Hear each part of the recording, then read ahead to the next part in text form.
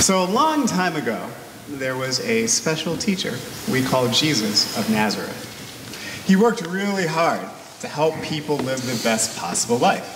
Jesus taught the people who followed him about the kingdom of heaven. Can you say kingdom of heaven? Kingdom of heaven. Very good.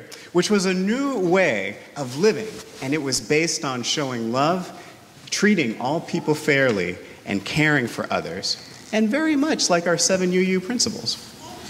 Jesus said that if we could love one another, treat each other fairly, and take care of each other, it would really be like making the world a whole new place. And people had a hard time believing in this whole new world, this kingdom of heaven. It seemed strange, and people didn't really know what he was talking about. They had a harder time understanding it. So Jesus would use examples of things that people around him could understand, things that they were used to seeing every day. Jesus talked about mustard seeds because many of his followers were farmers. He talked about yeast because most of the people baked their own bread.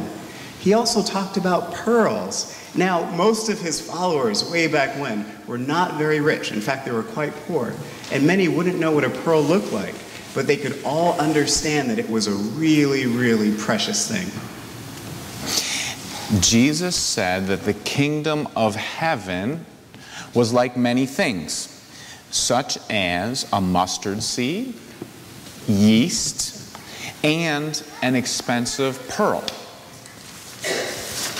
Pop quiz. Can anyone tell me what these three things, a mustard seed, a yeast, and a pearl, what do they have in common?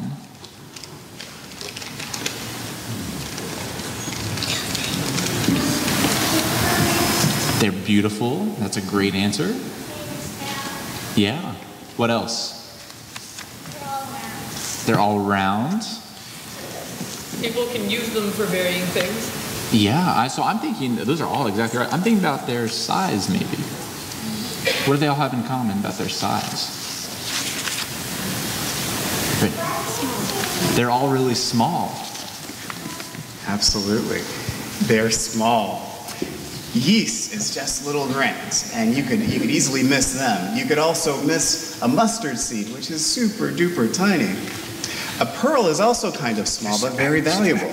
Now, yeast is useful, especially if you like nice and fluffy bread.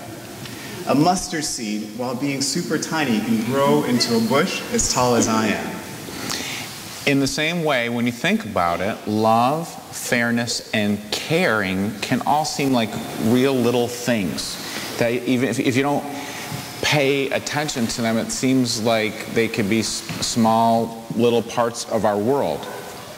But if we have enough love, fairness, and caring, they can grow in how they interact in our lives, and they can actually change the world. And another thing that they have in common, not just that they're small, they're also unexpected. When someone says the kingdom of heaven is like, they're not expecting these small things. And the great teachers of that time, they had big, complicated ideas. And they would talk about it. They didn't care if the people they were talking to didn't understand what it was they were talking about. Yep, simple things. Mustard seed, yeast, and pearl. You know what, buckets are simple too. Buckets? Yeah. You put things into buckets and you take them out. The kingdom of heaven is also like a bucket. What? Well, we've all seen a bucket before, right? Has everybody seen a bucket? Yeah. Pretty useful, simple. You can do a lot of things with a bucket. The kingdom of heaven is like a bucket that you can fill with simple things like love. Hey, does anyone have love to put in our bucket? Mustard seeds. Bing. Fairness. Fairness? Perfect. Yeast. Splat. Caring. Caring. Thank you. And even a precious pearl. Ding. What else might you put into a bucket that was the kingdom of heaven. Can you think of something that's important to have in there? Yes. Soup? Yeah. That'd be great. Very. People around the world would love soup. What about? Joy and happiness. Joy and happiness. Bing, bing. Responsibility. Bing. Candy. The Eagles winning the first round of the playoffs. Ding. What else? Laughter, peace, reduce, reuse, and recycling. All sorts of good things. So this kingdom of heaven bucket is something that we all carry with us in a way. It is invisible, and we can carry it in our hearts. Jesus also said the kingdom of heaven is with us all the time, and it's never very far away. So let's remember that the kingdom of heaven is a surprising, simple, and unexpected place that really is right here. You can describe it as many things, as Jesus did, like a mustard seed, yeast, or a pearl. It can even be a bucket. Yeah, even a bucket that you fill with lots of good things. Love, fairness, caring for one another. So as we go off to our Sunday school program, which is going to be outside in the Grove, let's remember that the kingdom of heaven is that special place, a special bucket that we fill with good deeds and many blessings. I invite our congregation to sing our children off with the words printed in the order of service. Our setting today is three young gentlemen walking in the dark and scary woods on their way home from school. They've had kind of a rough day. Hey, guy. Man, I did not have a good day in school today. Yeah, me neither. I forgot my lunch. I'm hungry. School's never fun, dude. Man, I hear you. The kids in science class, when we went to recess, those kids were pushing me around again, and that is not right. I know, it's not fun. And I'm hungry. Well, you already said that. I got a bad grade on my spelling test again. Man, it is sure dark out here. I thought we were going to be able to have late after school soon so we could play catch in the park before we had to go home. I know, it's so dark and scary, and I'm hungry. Why do bad things always have to happen to us? And by us, I mean me.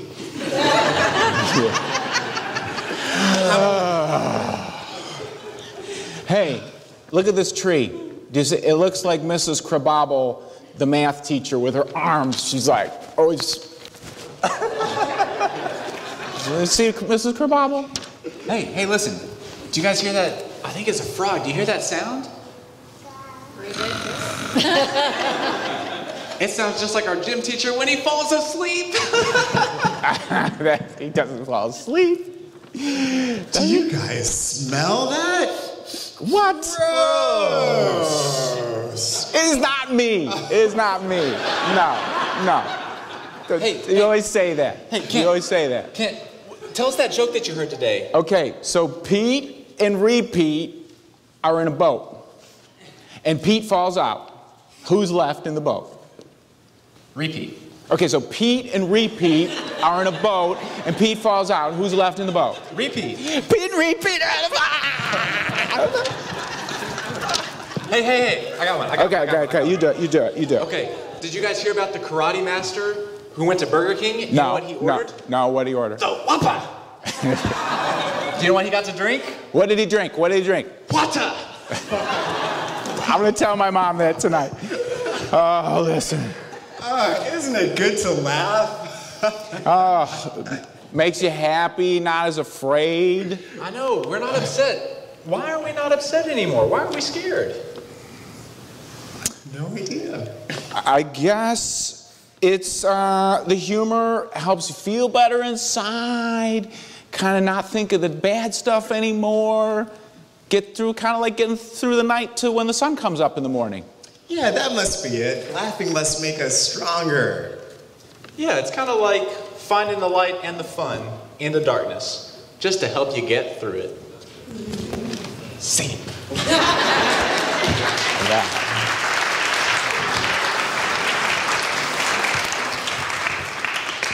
So, kids and children of all ages, this was a very funny skit, but I hope that you take the message with you that sometimes when life gets dark or scary or you're feeling upset, sometimes one of the best things you can do is find the light, find the humor, tell a joke, laugh with your friends, be together. It can help you get through the dark times to the fun times on the other side. Hey. All right. Hey, haven't seen you in ages. All right. Fantastic. We have a nice big group today. All right. And in case some of you are wondering, this is only a fraction of our Sunday school. We have youth and teenagers who start off in various parts of the building. So welcome. Today's story comes to us from long, long ago, and it involves a very, very wealthy woman who had a number of really, really precious jewels that she kept on a dresser in her bedroom. And in fact, she kept them in a little bag that looked like this. So let's see these precious jewels that she's loaned us for our story today. Maybe you could take one out and we'll see if we could figure out what it is. Ah, that looks like a watch. Okay, a golden watch. All right, let's see if there's anything else in her. Go for it, Drew. Ah, well, look at that. What do we have here? Bracelet. Oh, it looks like a bracelet. I think a bracelet, a golden bracelet. Okay, well, that's hardly part of the story. Let's see. Ellie, it's been ages. Oh, and what do we have here? The last of her jewels. What does it look like? A gold ring. A gold ring. I'll lift it up. A gold ring. Okay, there are no more jewels. Okay. Okay. So, wait, maybe next time. Okay. So she would put these jewels in her little bag, and she'd put the bag on top of her dresser, and she would go to sleep at night and not think much about them. But little did she know that every night, the jewels would pop out of the bag, so ring would come out, and watch would come out, and bracelet would come out of the bag. And they would have these long debates on her dresser about which one of them was in fact the most precious and the most special in the collection. So the ring would start off usually every night, and ring would say, you know what? I know for sure that I'm the most special, and I'll tell you why. I'm special because a long, long time ago, miners risked their lives to find me underground and to take me out, and I was shaped by a jeweler into this magnificent ring shape. And that is why I am so special. Now, Bracelet had a different opinion, and the Bracelet thought, well, no, I'm most special, in fact, because, you know, Our Lady, our mistress, wears me whenever she goes to the fanciest parties. I'm the first thing that she puts onto her wrist, so clearly I must be the most special jewel in the collection. And last, but never least, Watch said that can't possibly be true. I'm the most special, and clearly it's because I'm the most practical. You can use me to tell time, and that way our mistress is never late for any of her important appointments because I can help her to get there on time. So clearly I'm the most special. So they would go back and forth like this. You know, Bracelet would say one reason why Bracelet was special, and Ring would offer two reasons why Ring was special. And Watch would always come in, usually making an argument about being practical and on time and things like that. And they'd go back and forth until one day Ring said, you know what? You all are complete idiots. I am the most special.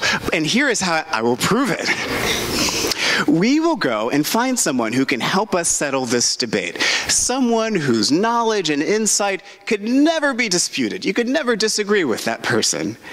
And the Bracelet was curious, and Watch was also curious. And they asked, who is this person? And the Ring said, I'm going to ask God. Now Bracelet and Watch said, what's God? And Ring said, I think God is a way for us to find a decision to help us by giving us maybe an honest answer, the best answer that we could find. So they journeyed, as rings and bracelets and watches often do, by magic, to find God. And they were before God, and finally Ring started. Ring says, God, I've come here with these clearly inferior pieces of jewelry for you to settle once and for all who is the most precious in the collection. And Ring went on and said, you know, I know that I'm the most precious and the most special because of reasons I've stated before, but I'll remind you. Because I was dug out of the earth by miners who risked their lives, and I was fashioned by jewelers into this special circular shape. And Bracelet said, well, I'm special for reasons that are entirely different, because our mistress wears me to the fanciest parties. And Bracelet shook like this. And Watch, we know what Watch says. Watch says that I'm the most special because I'm always on time and I'm the most practical. So Ring finally says, God, settle this for us. Who is the most special in the collection? And God says, what collection? Most special? What do you mean? You all are the same. I only see gold. I only see gold. And they ended their debate. And somehow they found a way to live with that understanding that they were not, that there wasn't one that was more special, more precious than the other, that they were all, at least before God, they were all pieces of gold. And that was enough. And the lesson that that story has for us is that each of us are a different kind of shape, and each of us has a different gift, a different thing that we're really good at. Each of us looks different, sometimes very different from each other. But at the end of the day, what matters most is that we're all human beings, that we all have the same red blood flowing through our bodies, the same heart that beats. All of us are the same in all the ways that matters most. And that's what this story teaches us, and that's what I want you to remember as we sing you off to your Sunday chapel service today. What if I told you that I was going to take you to a land of milk and honey? Would you want to go to this land of milk and honey? It would be super messy. It would be super messy, perhaps. So you might want to, you might ask, like, tell me about this land of milk and honey. And so I will tell you about this land of milk and honey. It might be messy, but it also might be very, very sweet, right? It might be a fun place. So a long time ago, the Reverend Dr. Martin Luther King, who many of us have heard of before, he was a leader of the civil rights movement here in the United States. And he often talked about a land flowing with milk and honey, but he called it by a different name. He called it the Promised Land. Can you say the Promised Land? The Promised Land. So he often spoke about the Promised Land. Now, the Promised Land was an idea that he had, and it was an idea that would inspire people, that would really make people imagine this new possibility, this new way of doing things. And it was important that the people had a new way of doing things, because the way that they were doing things wasn't working out very well for a lot of people. Now, the civil rights movement in the United States was a fight to get equality and voting rights for all people in this country, because at the time, all people were not allowed to vote and all people were not treated in a way that was fair. And this was especially true if they had dark, if they had brown or black skin, like my skin tone. So he worked to change that. Now, Dr. King would use his speeches to encourage people so that they would fight for equality and for voting rights for all. So he would say, I can see the Promised Land, and I may not make it there with you, but I know that it is real, and I know that together we will make it. Now, this idea of a promised land, this land flowing with milk and honey, is actually a really, really old idea. It's 5,000 years old at the very least. And the first person to say it comes from the Jewish tradition, and his name was Moses. And this is what an artist thinks that he looked like. And he's holding these stone tablets, which is a story for all ages for another time. So Moses talked about this promised land, and he wanted to encourage the people to go there. Now, the promised land is great, not just because it has milk and honey in it, which would have been really nice things. And let me backtrack a little bit and say that the promised land, a land of milk and honey, would be like, if you could imagine a place that had everything that you enjoyed in it, what might you call that land? Ice cream land, candy land, chocolate candy land. So milk and honey is a way of saying that. This land where everything that you enjoyed lived in that land. Now, milk and honey was just one example, but another way of describing that would be to say that this is a land where there is love, where there is peace, where there is sharing, where there is imagination, and people live in very creative ways. That's the land of milk and honey. That's the promised land. Now, some people thought that this land was really, really far away, so when Moses and Dr. Martin Luther King was talking about the promised land, they thought it would take a long time to get there, and that it would be a journey, at least 40 years, maybe 100 years, or 1,000 years. But what they were really trying to say was that this promised land isn't so far away. It lives here and now. Where we are can be a promised land if we learn how to love each other, how to listen to each other, and most importantly, if we treat people the way that we wish to be treated. If we treat people the way that we wish to be treated, the promised land comes into existence. And that's what they were trying to say. And that's what I'm saying to you today. If you can treat others the way that you wish to be treated, you create a promised land. It's something that we can do right now. And that's what I want you to remember as we go off to our Sunday school classes. And I want our whole congregation to remember that. I invite you to sing our children off to their Sunday school classes with the words printed in your order of service.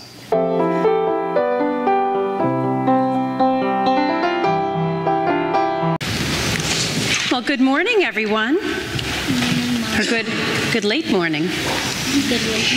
Today's story comes to us from the religion Islam, and it's called Know Yourself. Kanya Makan, which means once upon a time. There was, and there was not, a man known far and wide for his generosity. One day, sitting with his friends sipping coffee in the village square, a poor woman approached him with a small request for money to feed her child. Of course, he replied, and without hesitation plucked coin after coin after coin out of his pocket, piling them into the woman's hand until they spilled on the ground. Overwhelmed with this show of kindness, the woman began to weep.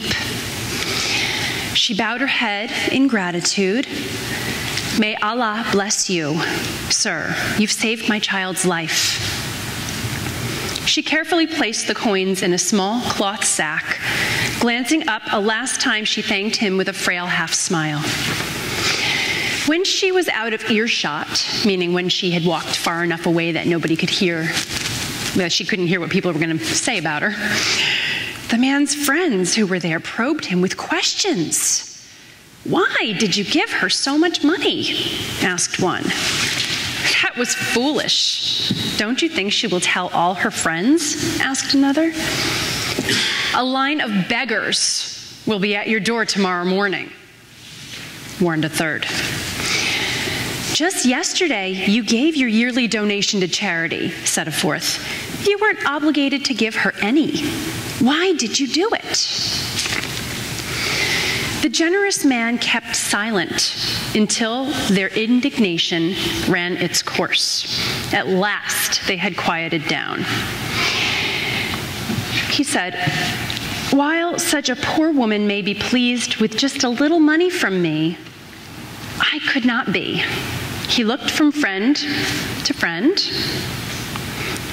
and he said, "Unless I give her what I'm able to, I won't be happy. She may not know me, but I know myself." And the group of men, thoughtful and contrite, said no more about it. You guys ready for your classes? Yeah?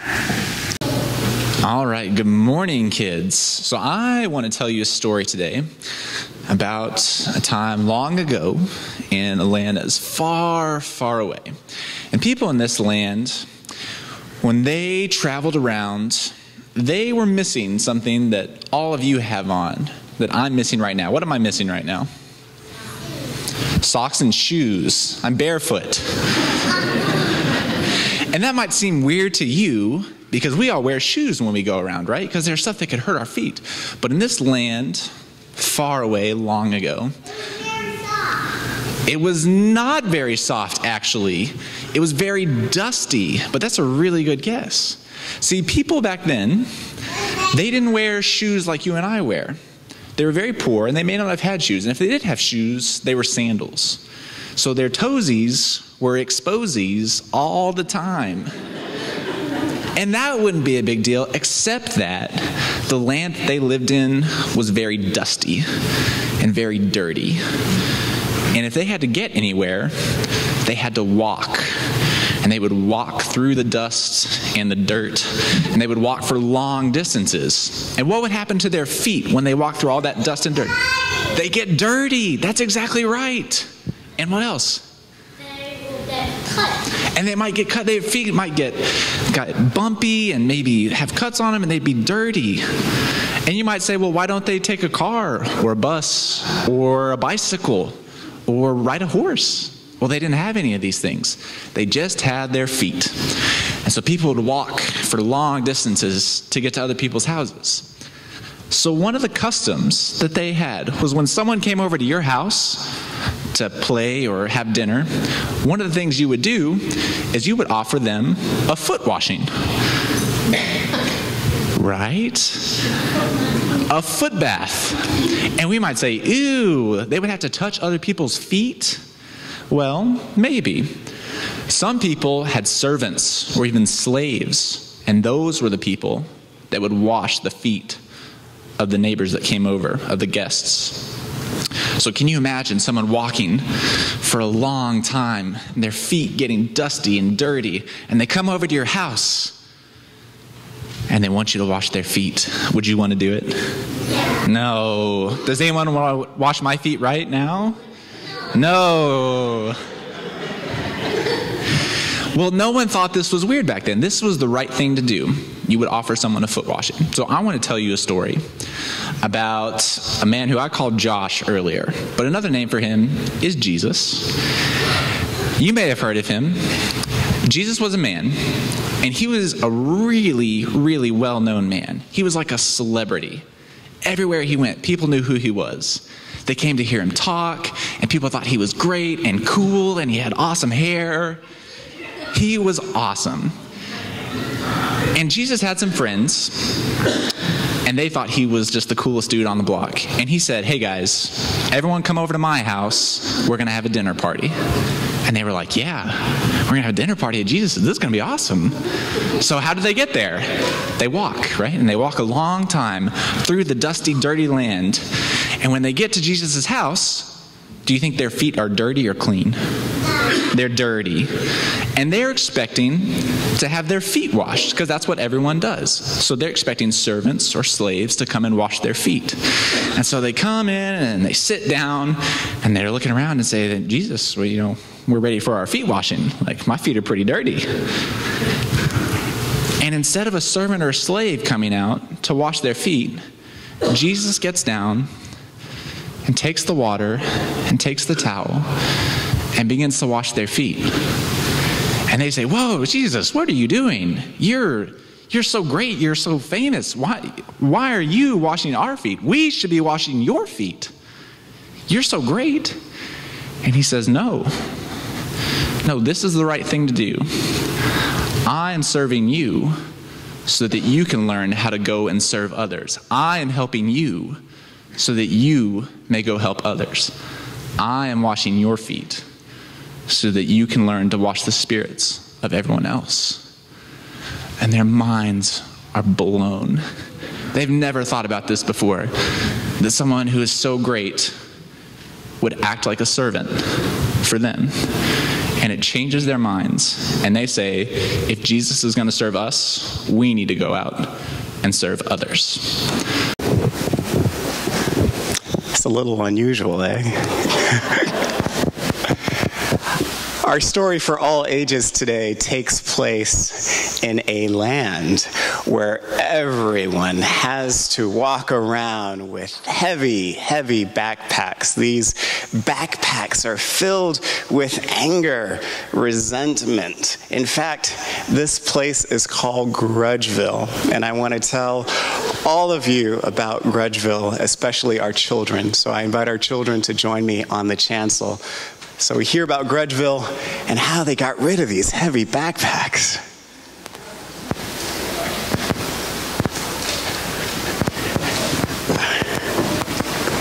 Come on up.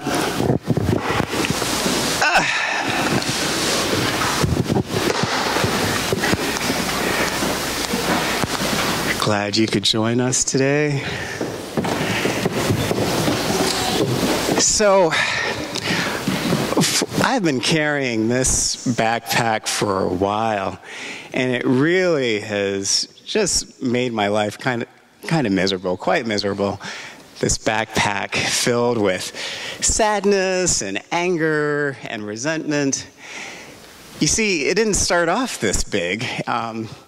It used to be quite small, and slowly over time, I would add things to it. If someone perhaps treated me in a way I thought that was unkind, or if I was just unhappy with someone, just wait, I would put that feeling in this backpack, and it just got bigger and bigger until finally the things that I enjoy doing are not so much fun anymore. Like walking is a bit of a challenge. I went swimming and nearly drowned. It's terrible when I take the train into Center City. I can't ever get a seat, even if there are tons of seats, because the backpack is in the way. Even now, it kind of is pulling me over. Well, so this backpack really isn't the best way to get around. So if you could imagine an entire city of people who carried around their bad feelings, their grudges, in the backpacks. They could never see each other because they were so hunched over. In fact, it's ruined my posture. They could never see the trees or the sky. And it really made things difficult for everyone who lived in that land where they carried their grudges around with them wherever they went. And I wonder, if you had a backpack like this, what kinds of things could you not do with this backpack? Any ideas? Like you said, swimming and walking, they would be hard. Yeah, swimming and walking is hard. What else would be hard? Jumping. Jumping? Yeah, I'm terrible at jump rope now. Gymnastics. Gymnastics. Climbing. Climbing. Staying in school. Staying in school, yeah, because you couldn't sit on the school chairs. It'd be tough to make and keep friends because you always had the backpack with you wherever you go, kind of knocking them over like this. Whoa, whoa. So in Grudgeville, one day a very wise person came to town and had the answer. He had a solution for how people could get rid of these massive, massive backpacks that was ruining their lives. And he said, you could throw them off, but it wasn't quite so easy because they're unusual backpacks, to say the very least.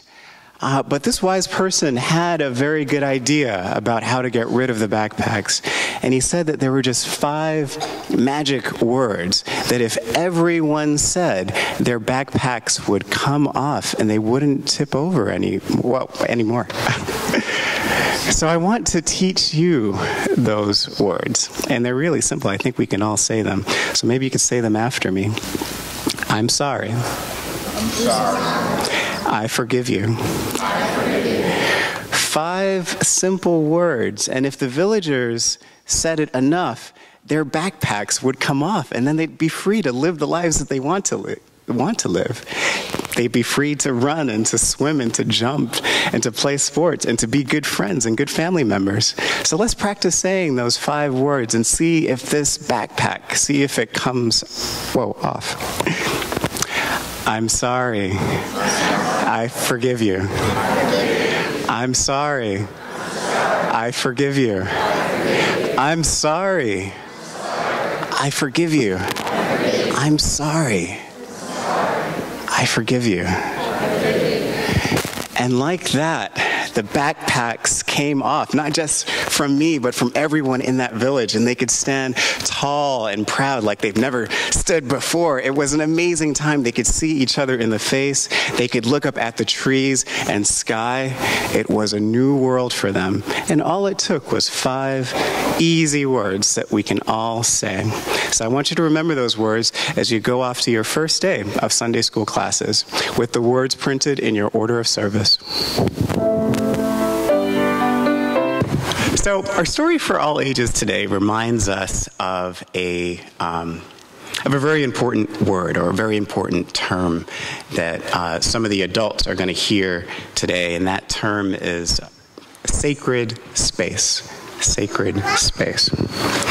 But before we talk about sacred space, we're going to talk a little bit about travel. Have any of you traveled this summer? Where have you gone? Well, my family's going to travel to Florida. To Florida, okay. In 1 or 2 weeks. In 1 or 2 weeks, okay. Where are you going? I went to Hershey Park. You went to Hershey Park, okay. And you? I went to Hershey Park, and I'm going to go to Cape Cod. Oh, Cape Cod, Hershey Park. So I'm sure some of you will drive to these places, like driving to Florida, driving to Massachusetts, or taking the plane. But we're going to talk about road trips. So road trips could be trips that you take to visit Granny who lives down the road, or a 12-hour trip to visit your aunt who lives in Canada. And usually as a kid, it's fun to take road trips. You sit in the back and maybe you're sitting with your brother or sister, cousin or friend. And while you're sitting in the back of the car, you can pass the time by talking, telling jokes, by playing games, watching other cars go by, or sleeping. But what usually happens is that when you take a road trip, after a while, the boredom sets in. And then sometimes the annoyance sets in. And the people that you're riding with in the back seat maybe aren't so much fun to be around. So then someone lets out a shout of, "He's touching me! She's looking at me! He's licking me! Her foot is on my side!" Have any of you had any kinds of shouting like that? No? Never? Never? Okay. So it'll go on like that, back and forth. He's touching me, she's touching, he's looking at me. Until finally, a very clever adult says, "You know what? Let's play a game. We are going to see who can be the most quiet the longest. And that person will get a reward. Whatever the reward may be, it's usually a good one. A chocolate cookie. That sounds like a good one to me too. So whoever's quietest the longest gets the prize. And usually when you play that game, the person who winds up being the quietest the longest is never the one that you expect. You always think it's going to be me. I'm the one who can be the quietest the longest. Now, being quiet at certain points on a drive is important, and I'll tell you why it's important. It's important because, it helps the driver to focus so they don't make any mistakes, and it helps maybe the person who's reading the old-fashioned map figure out where the GPS led us astray. But silence is also important because it helps us to create something that we really, really need.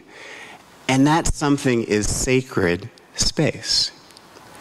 Sacred space is created when we are silent. And I'll tell you more about that.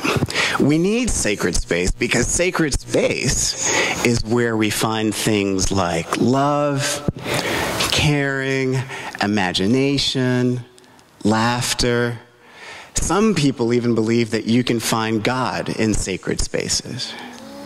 Yeah, it's pretty neat, pretty neat. Do you know that you're in a sacred space right now? This building is a sacred space.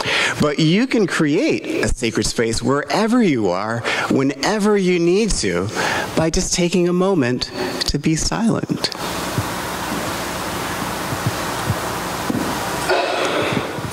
I'm going to tell you a story that comes to us from a book that's called Hide and Seek with God. Once there was a man who wanted to know what God was truly like. Other people told him about God, and he had many ideas himself, but he wanted to see what God would tell him, so he set off to find God. It's a really strange kind of journey. He searched and searched, and finally he thought he found God. And he said, God, I want to be sure I know what you are truly like. Some people say that you're like a woman. Some people say that you're like a man. Other people say that you are like the sky. Yet others say that you are like the earth. What are you truly like? Will you tell me, God? But God did not speak. God was silent. So the man went on speaking. Some people say that you are in animals and trees and mountaintops. Other people say that you are in the sun and the moon and the stars. But what are you truly like? Will you tell me, God? But God did not speak. God was silent. Again, the man spoke. Well, I think you are there in all of these things, in earth, in sky, and animals, and people. I even think you're in me, too. God, why aren't you answering me? God, why won't you tell me what you truly are? But God still did not speak. God was silent. Finally, the man stopped talking. He waited to hear what God would say. At first, he only heard his own words blowing through his mind like a strong wind. Man, woman, sky, earth. The words blew around and around, and the man waited, but God said nothing. Then the wind grew stronger, and the words began to break into little pieces and fall away from him. More and more, the words broke up and fell away. The man waited, and God said nothing. When the words were all gone, he still waited and still heard nothing. And then there was only silence, a calm and peaceful silence. And in the silence, he knew God. So I want you to remember that whenever you take the time to be silent, you create a sacred space. And in that sacred space, amazing things can happen. Can you remember that? Can you remember that? Very good. And I invite the congregation to join me in singing the words in your order of service to sing our children off to their Sunday school classes. Our story for all ages reminds us today about the importance of the web of life. And the web of life is something that we talk a lot about. Our 7th U principle reminds us to respect the web of life. But just what is it? We have a story from India that helps us to understand what the web of life looks like. And I brought a little representation that I'll show you in the congregation in just a moment.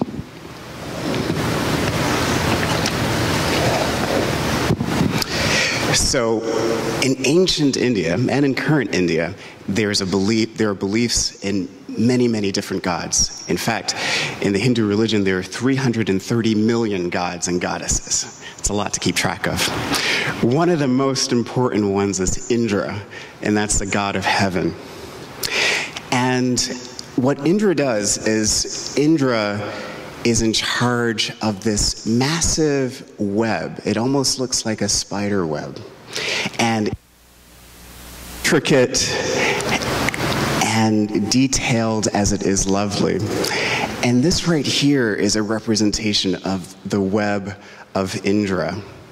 And Indra's web is really special because there are some jewels on it. Do you see the jewels that are on the web? We have 13 jewels, but on Indra's web, there are an infinite number of jewels. And each of these jewels that are on the net, that are on Indra's net, represents a life form, whether it's a person, an animal, a plant, is represented by each one of these jewels. Now, Jules, could you help me hold this? Very conveniently named. So, on the web of life, each one of these nodes, these are called nodes, these intersections where the web lives, represents a person, an animal, or a plant. Now, if you damage one of the nodes, what do you think happens? If you cut one of the strands, what do you think happens? The web falls apart. Now, it may not fall apart immediately. Let's test it out. Oh, it's a massive hole that's created by this web. Now, the ways that we cut the web is when we are not sensitive to the needs of others, where we harm others, we damage the web. Not only do we damage it for ourselves, but look at how big a hole is created by this snap. In the same way, when we do acts of kindness, when we take care of each other and we take care of the earth, we can kind of begin to put the web back together. We can repair the damage that is sometimes done when we are not kind or when we harm. So Indra's web reminds us of the importance and the interconnectedness. We are all connected to each other in this web. Each one of these jewels represents a person, a life form. And whenever we are kind, we rebuild the web. We make it stronger than it was before. Now, today we have a very, very special guest with us, Reverend Mark, who's visiting with us from the Unitarian Universalist Church in Kampala, Uganda, which is in Africa.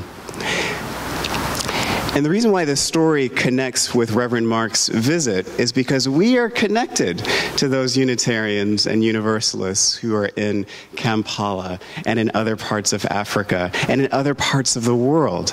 And it's important to remember that we share that same web of life, Indra's web, with them and with others. So in our lesson today, we're going to go out into the grove and learn about our connection to bees. Remember that bees are also on this web of life, that each and every one of us is on this web of life, and it's our job to protect it with our acts of kindness. Can you remember that? All right. So I invite the congregation now to join us in singing our children off to their Sunday school classes with the words printed in your order of service. Today, there isn't going to be a Sunday school. You'll be with us for the service.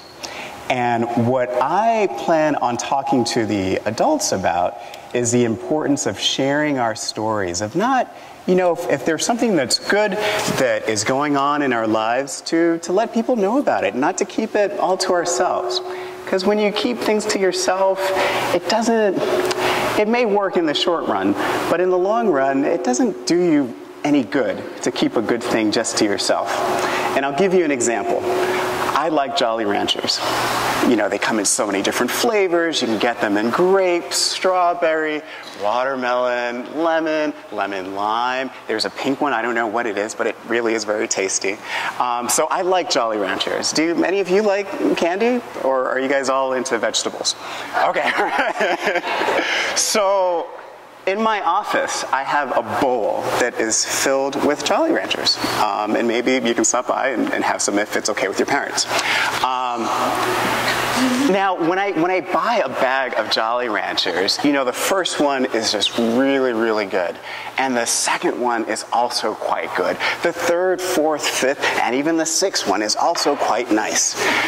But when I get to the seventh one, and then the eighth one, you know, the fun of the Jolly Ranchers, the experience of the sweetness, isn't quite as sweet. And I start to feel a little sick, actually. Have you ever had that experience of too much of a good thing? Like you saw this huge mound of candy, perhaps cotton candy, and you thought, oh my goodness, I'm going to eat the whole thing.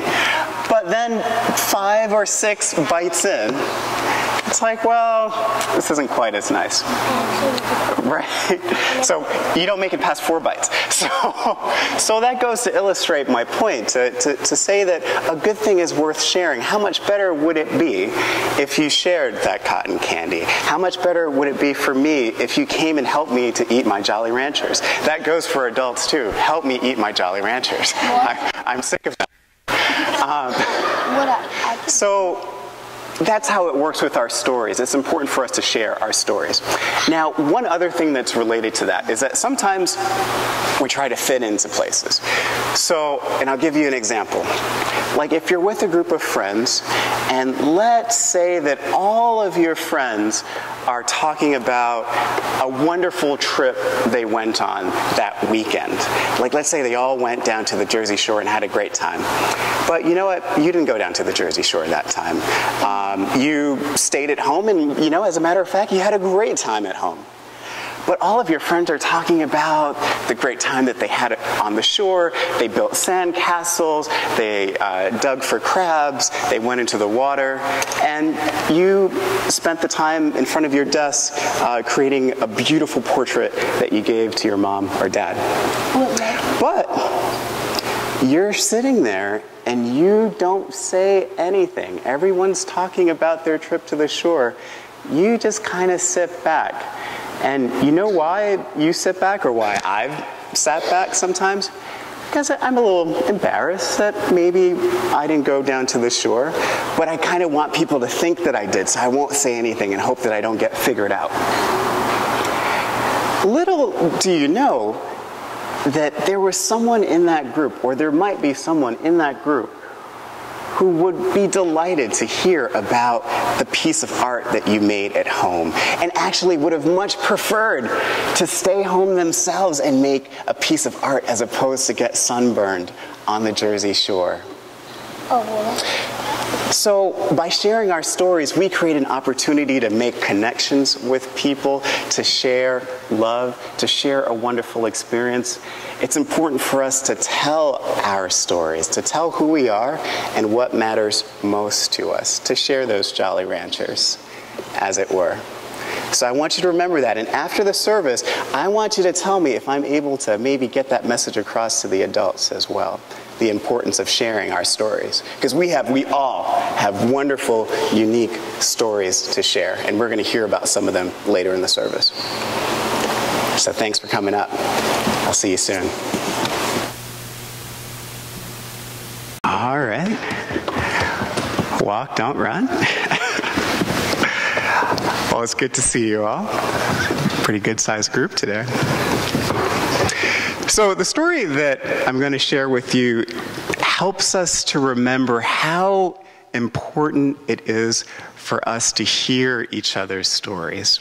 And not just to hear each other's stories like we're doing right now, but to create a space where we can hear those stories, where we can meet, share our ideas, where we can play together and learn from each other.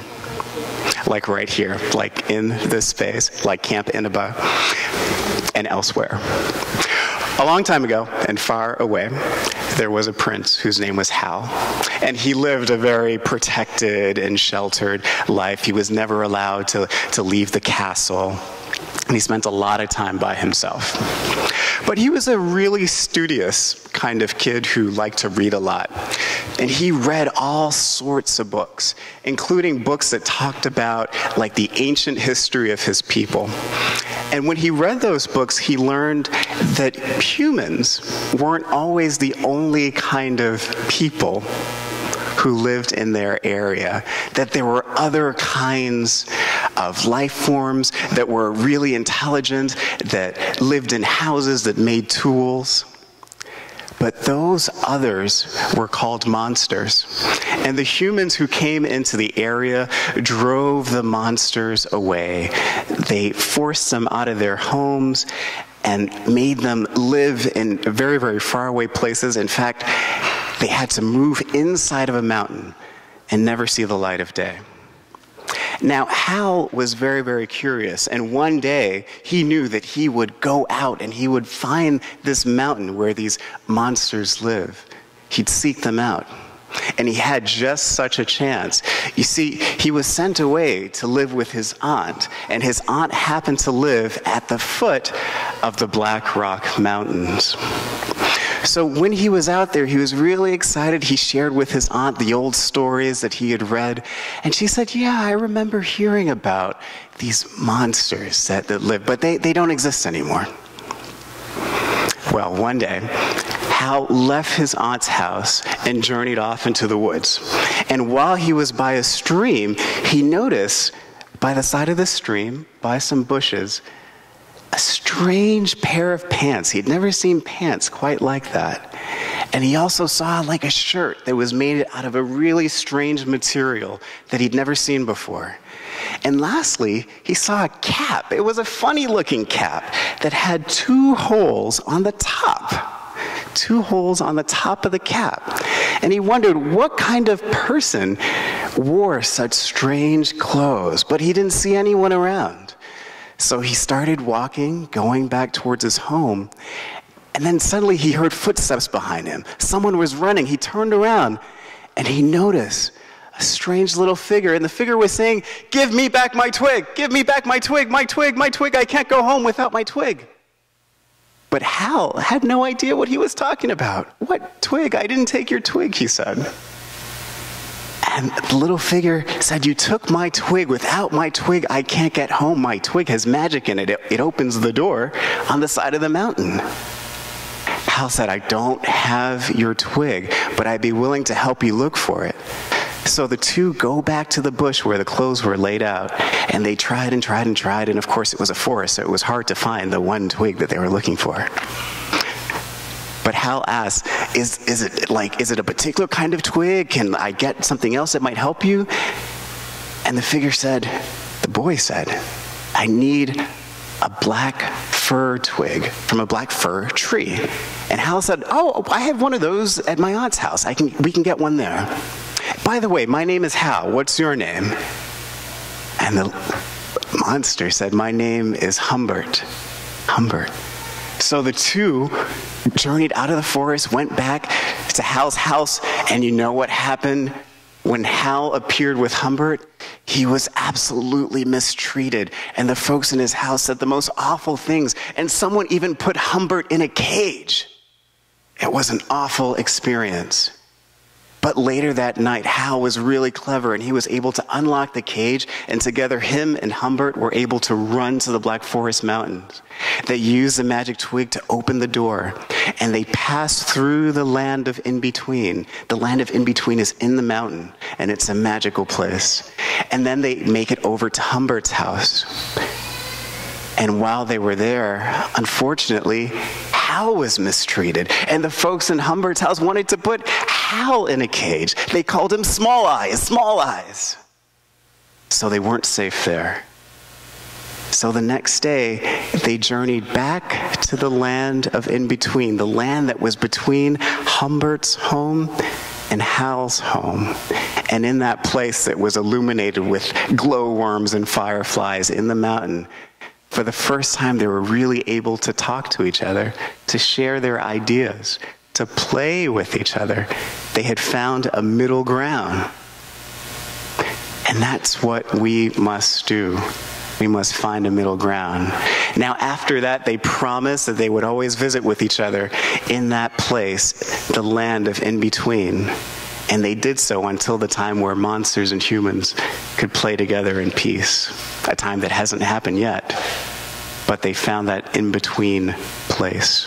So as you go off into your Sunday school class today, I want you to remember that we have to create that land of in-between, to hear each other's stories, to play, and to laugh with each other. Can you remember that? I think so. Let us sing our children now to their Sunday school classes.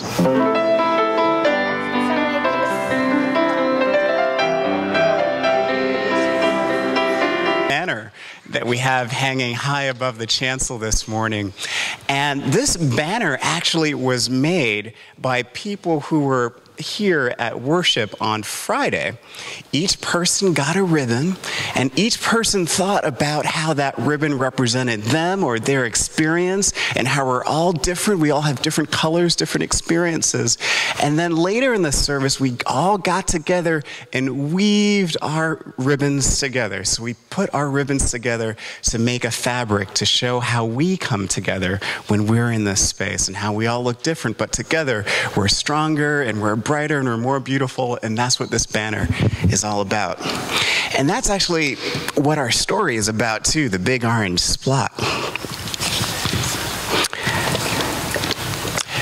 So a long time ago, Mr. Plum Bean lived on a street where all the houses were the same. And I'll show you the picture. This is Mr. Plum Bean in his house. All the houses looking the same. Kind of boring. He liked it that way, and so did everyone else on Mr. Plum Bean's street. This is a neat street, they would say. And then one day, a seagull flew over Mr. Plum Bean's house. He was carrying a bright orange paint, a can of bright orange paint. No one knows why. Kind of strange for a seagull to carry a can of bright orange paint. And then he dropped it. Again, no one knows why, right over Mr. Plum Bean's house. It made a big orange splot on Mr. Plum Bean's house. Ooh, too bad, everyone said. Mr. Plum Bean will have to paint the house all over again. I suppose I will, he said. But he didn't paint his house right away. He looked at the bright orange splot for a long time, and then he went about his business. The neighbors got tired of seeing that big orange splot. Someone said, "Mr. Plumbeam, we wish you would get around to painting your house." "Okay," Mr. Plumbeam said.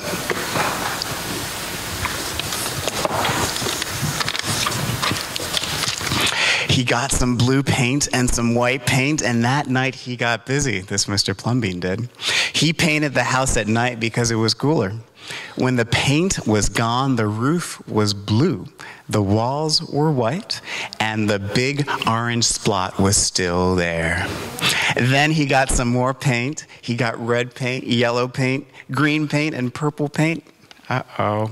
In the morning, the other people on the street came out of their houses. Their houses were all the same, but Mr. Plumbeam's house was like a rainbow. It was like a jungle. It was like an explosion. An explosion of color, just like our banner.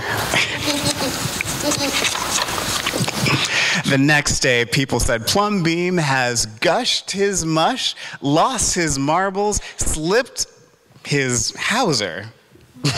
They decided they would pretend not to notice.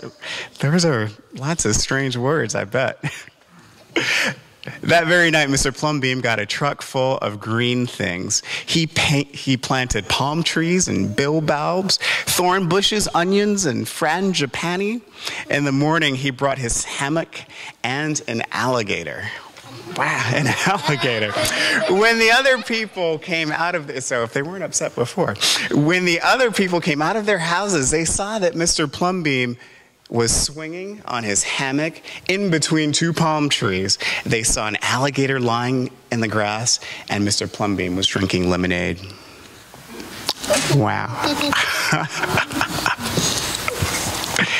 Outrageous. So, of course, the neighbors got together and tried to convince one of them, a brave one, to go over and talk to this Mr. Plumbeam. That man went over to see him that evening, and they sat under the palm tree drinking lemonade together and talking all night long. I think he was trying to convince him. Early the next morning, the man went out and got lumber and rope and nails and paint. And when the people came out of their houses, they saw a red and yellow ship right next to Mr. Plumbeam's house. I wonder where this story is going. I'm going to skip a few.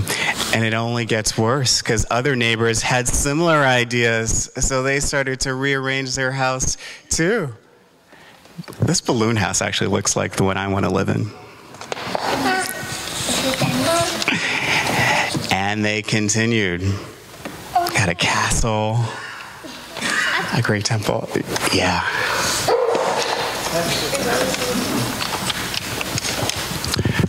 Whenever a stranger came to the street that Mr. Plumbeam and his neighbors lived on, that stranger would say, "This is not a neat street." Then all the people would say, "Our street is us, and we are it. Our street is where we like to be, and it looks like our dreams."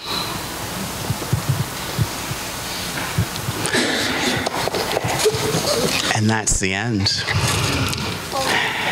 Now, this church is like the street of our dreams. We all don't look the same. We all don't have the same experience, but we like it that way. It doesn't have to be neat as long as we're happy here. The church is only one building. It's only one building. You're absolutely right, but we can spread this idea wherever we go by reminding folks that it doesn't have to be neat, but it does have to be beautiful, right? Well, thank you. And with that, we will sing our children off to their RE classes. Today is Social Justice Sunday, with the words printed in the order of service. So I have a couple of questions before I start the story. My first question is, who has ever been on a vacation with their family? Okay, where did you go? Hawaii. To Hawaii. Wow. Okay, what about you? Disneyland. I went To the beach. Great. Japan. Wow. How about you? Where did you go? Cape May. Okay. San Francisco. And how about you? Your beach house. Wow. So my next question is, while you were there, did you ever wonder what was happening at home while you were gone? Did you ever miss your home a little bit, even though you were having a great time? Did you wonder, you know, what's happening in my kitchen with nobody talking and laughing and eating, and what's happening? Is the person who's feeding my fish doing a good job? Is anybody petting my cat? Did you ever wonder? Okay, I know that I do sometimes when I'm away from home. Well, I'm going to tell you a story this morning. Some of you may know it. It's called Upstairs, Downstairs, and it's about Owl who wished he could be in two places at once. It's from a book called Owl at Home, written by Arnold Lobel. So Owl lived in a house, and the house had an upstairs and a downstairs. And there was a stairway leading up to the second floor. Do you know this story? That had about 20 steps. So sometimes Owl was upstairs in his bedroom, and sometimes Owl was downstairs in his living room. When he was downstairs, sometimes he wondered how his upstairs was doing. And when he was upstairs, he wondered how his downstairs was getting along. I wonder, he said, if I run very fast up and down the stairs, I can be both upstairs and downstairs at the same time. So Owl ran very fast up the stairs. I am upstairs, he said. And he ran very fast down the stairs. Now I am downstairs. Maybe I need to run faster. Faster and faster he ran up and down the stairs. Owl, are you upstairs? He yelled. There was no answer. No, he said, I am not upstairs because I am downstairs. I must not be running fast enough. Faster and faster he ran up the stairs. Owl, are you downstairs? There was no answer. No, I am not downstairs because now I am upstairs. I must run even faster. All evening long, Owl ran up the stairs and down the stairs as fast as he could, but he could not be in both places at once. When I am downstairs, I am not upstairs, and when I am upstairs, I am not downstairs. All I am is very tired. Owl sat down to rest on the 10th step because that was the place that was right in the middle. And that's our story. And remember this, those of you out there will be referring to it. Okay, it's time for your activity now. And it sounds like it's going to be a lot of fun with fabric and color, and I hope you all have fun. We're going to sing you to your activity now. Now is the time for the story for all ages, so I'd like to invite all the children to come forward for a story with Daniel and Kent. Come right on up. Come, come, come. There's room for everybody. Come on up. Can you guys just back up just a little bit? We need to have a little room for a stage, I think. Okay, you're perfect. You're good. I think that's good. I think that's good. Okay, we gotta maybe let's make some room here for Daniel. Do you see? I think Daniel needs a little bit. Okay, watch out for the. Okay, all right. Here you go. Come on in. Okay, everybody, come down. Have a seat. Okay, maybe over here. Okay. Okay. All right. Wait. Okay.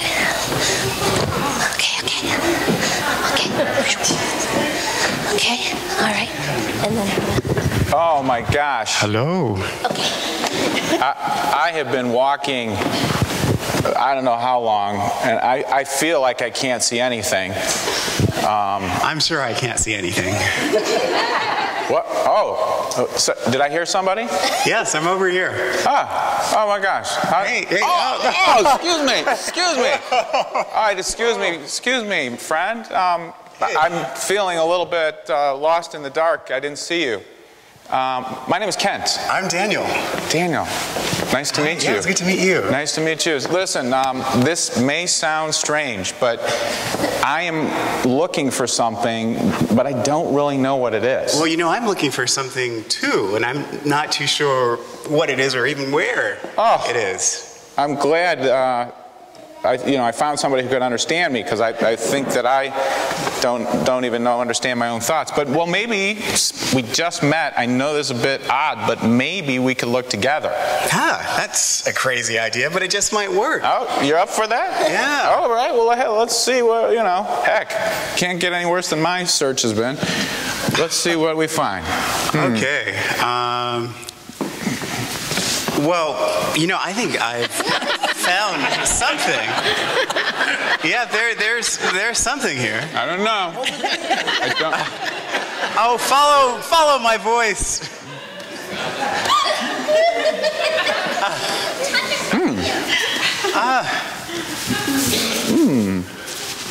What is this? I have no idea. Do you think you're on the same thing I am?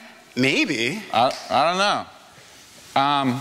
Mine feels like it could be a big leaf from a rubber tree plant. Do you think this is a rubber tree plant? Rubber tree plant? I don't know if that's anywhere near where I am. I'm feeling what looks like a kind of soft rock. Like a soft rock. A soft rock? No, Yeah. I don't have a soft rock. And if I move my hands, it's kind of grassy on the top. Oh man, I don't know if we're at the same thing, because I am so hungry. I actually am thrilled. I think I found a pancake. Pancake?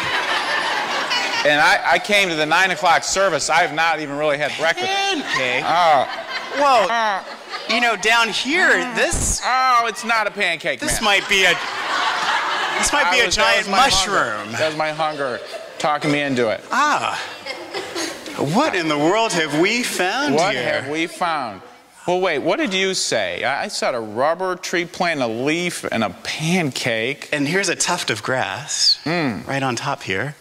Well, right, let's see. If maybe it's different parts of a bigger thing. Maybe. That we're describing. And if we put our pieces of information together, what could it be?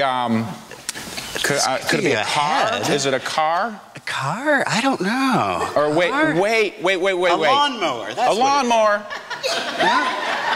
We always need a good lawnmower at the church. But no, wait a minute. Maybe it's a tiger. A tiger. Did you say a tiger? A tiger. I said a tiger. It's a tiger. Maybe it's a tiger. I think I can see now. Can you? I can't see a thing. You can't see? Well, I think putting all our thoughts and ideas together helped me to see better, and I think it is a tiger. Well, this is a hip, fun tiger. Oh my goodness, this is the most fun very tiger soft tiger. Friendly tiger. It doesn't have any teeth though, which is good. But it is a friendly Daniel, you know, I'm so glad we found, because I've been walking in the dark, not knowing where I'm going, and now I've made a new friend. And together we kind of felt it out together, shared ideas and thoughts. Yeah. Putting our thoughts together is what helped us to figure out what it is. Right. We're a good team. We're a good team. And even though, you know, I'm originally from Chicago. I don't know where you're from, Bridget. And I'm from New York. Very different. Yeah. Very different. We look very similar, but we're from different places. You know, maybe that's kind of like what Unitarian Universalist Church is, and what our children's programs do. Maybe. They come together, the kids, you know, and learn and share ideas, and each person alone maybe doesn't have all the answers of what something is, but maybe when they all share in a respectful way with their teachers, they find bigger ideas and more truth. Absolutely. Working together helps us to find answers to things, even really big things like tigers. Yeah, helps us, tigers, helps us to see and feel and think. So with that in mind, maybe we should sing off the kids off to their programs now. I think it's a good idea. Okay.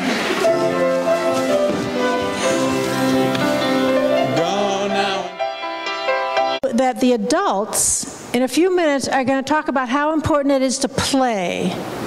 Doesn't that sound amazing? Yeah, there's a couple of people laughing here. So they're going to get encouraged to play more. And so we know that already, kids already know a lot about playing, right? So let's say, do people say what one of their favorite games is? One of the things they like to play the most? Yes? Game of life. The game of life? Soccer. So games with others, games on teams, other kinds of games? Yes, Drew? Basketball. Peekaboo.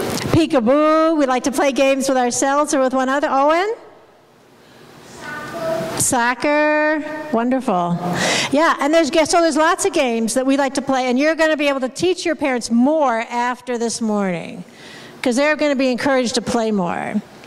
So what I want to do is tell you a story about a drop of water, a wonderful drop of water whose name was Higgins. And Higgins lived in a beautiful town, but that town, unlike us, wasn't getting enough rain.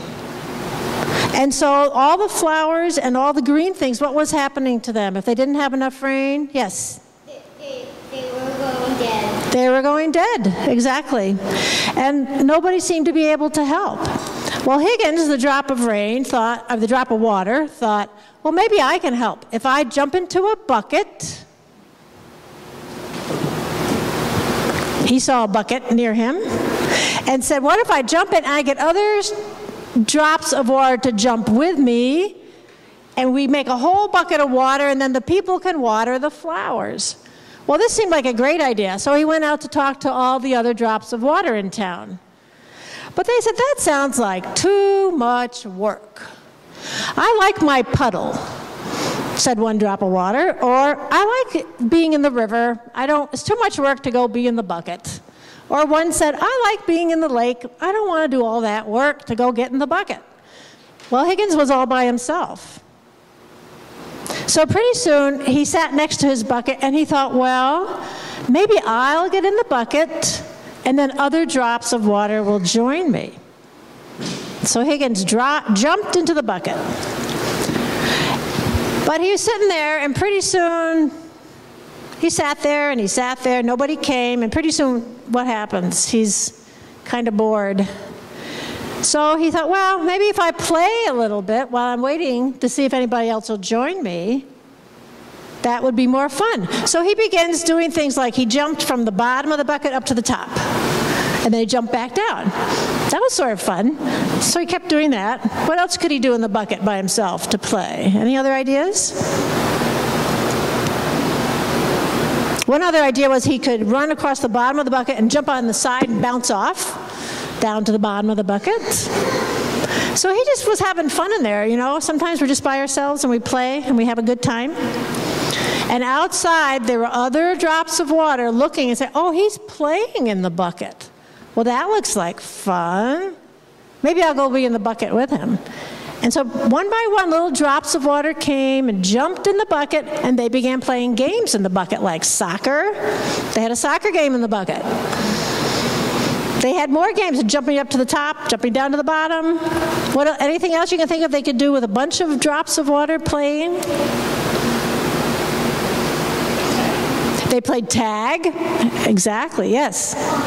Hockey. We could use the handle as uneven bars and do gymnastics. Oh, wow. They could use the handle as uneven bars and do gymnastics. Yeah. Because that's one of the great things that happens is that when you begin to play, you think of all kinds of ideas. So pretty soon, the drops of water saw that they were having a lot of fun and also getting something that they wanted to get done. And so they began all jumping in the bucket, and pretty soon they needed more than one bucket, so they got another bucket. And pretty soon the people came, picked up the buckets, began watering the flowers, and pretty soon the flowers began to come back. So we always want to remember Higgins, the drop of water. How can we do things where we have just a little more fun, and we're not quite so serious, and maybe we can play and get things done too? All right. Thank you for listening. Thanks for all your ideas. And now people, we're going to go outside with Dennis and have storytelling, so you can join over here, and Mark's going to sing us out. Today's story, if we can call it a story, it's a lesson, has to do with how things sometimes don't work the way that we want them to. Things don't always turn out exactly as we expect them to turn out. Like, let's say that we had our hearts set on the Phillies winning, or we wanted perhaps to visit the yogurt shop to get that butterscotch and blueberry yogurt that we like. You know, things don't always work out the way that we want them to, and that makes us sad. It might make us angry, but we're certainly disappointed when things don't turn out the way that we want them to. Now, sometimes things turn out exactly the way that we want them to, and we get what we want in the way that we want it, and that makes us really happy, doesn't it? Right? Can you think of something maybe just recently that turned out exactly the way that you wanted it to turn out? Can you? Some really good thing that has happened? Well, and there's a third kind of time that we all experience, and that's a time where we're just not sure. You know, we're not sure how things are going to turn out, whether they're going to be good or bad, how we want them to be or how we might not want them to be. We're just not sure. And it's times like that, times like those rather, where we are filled with a feeling that is called doubt. When we're not sure, that's when we doubt. Now, doubt is the theme for this month, so we're all going to be exploring doubt and how we experience that in our lives. Now, doubt is a feeling that might make us feel sad when we're not sure how things are going to turn out. We might feel angry when we're not sure how things are going to turn out. We might feel alone when we're not sure. And one way of dealing with that is through prayer. And prayer is hoping for things to turn out positively, right? Now, there are many different ways to pray, many different ways to hope that things will turn out the way that we want them to, or to help us to deal with those things that turn out the way that we don't want them to. And I want to teach you a way to connect with the love and the hope and the peace and the calm that lives inside of each and every one of you with a song. Right? So can you guys help me to sing this song? We're going to sing it together. And when you start to get it, you'll join in, right? Okay. Good thing I have the choir up here. So when you're not sure, when you're feeling a sense of doubt, you can just sing this. When I breathe in, I breathe in peace. When I breathe out, I breathe out love. When I breathe in, I breathe in peace. When I breathe out, I breathe out love. One more time, and let's do it slowly. When I breathe in, I breathe in peace. When I breathe out, I breathe out love. So that is something that you can always turn to, whether things turn out really well, exactly the way that you want them to, or when things don't turn out the way that you want them to. And with any good thing, it takes practice. So you can practice that song before going to sleep. You can practice that song before leaving your house in the morning. You can always remember that that peace and that love is always with you wherever you go, and all you have to do is call on it with a song. Can you remember that? I think so. I think so. And let's remember that as we sing our children off to their classes with the words printed in your order of service.